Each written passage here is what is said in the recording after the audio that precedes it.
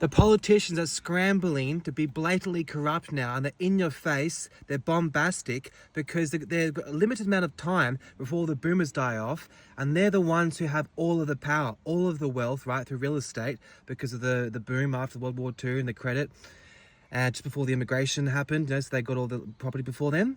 And so they're the only ones who watch television, and that's the only way they can control people, because online, if you're not just a drunk or like a porn addict or a gaming addict or a porn addicted drunk gaming addict, you'll eventually go to base content. You'll go to alternative right content, and you'll start to see the truth. You start to see through the facade. You start to click the dots together.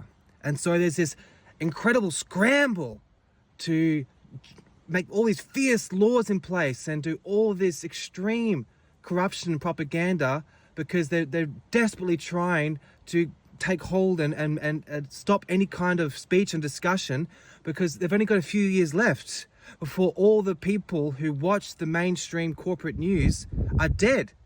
And then all their wealth is actually, some of it's going to trickle down to Gen X and Gen Y and Gen Z.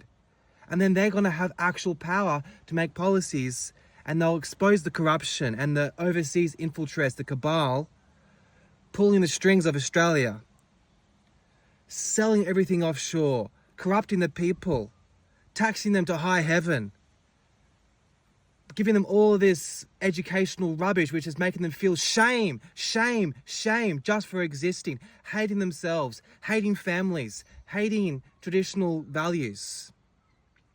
So look at this. There's so much blatant corruption. It's incredible. It's in your face, and they're very desperate to do it as quick as possible, because they've only got a couple of years left before the distribution of power goes from the boomers to the X and Y and Z.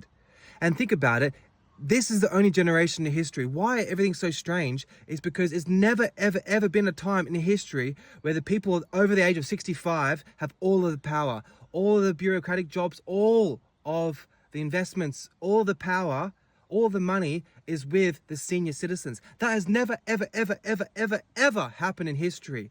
And in recorded history, it's like 3,000 years of recorded history, never happened. And that's why things are so strange, because normally you pass on the torch to the warrior age people. You're not just sitting around having your Sauvignon Blanc and your cheese platters and still calling the shots, you know what I mean? Like, why do you want to have the responsibility when you're not as sharp as you used to be?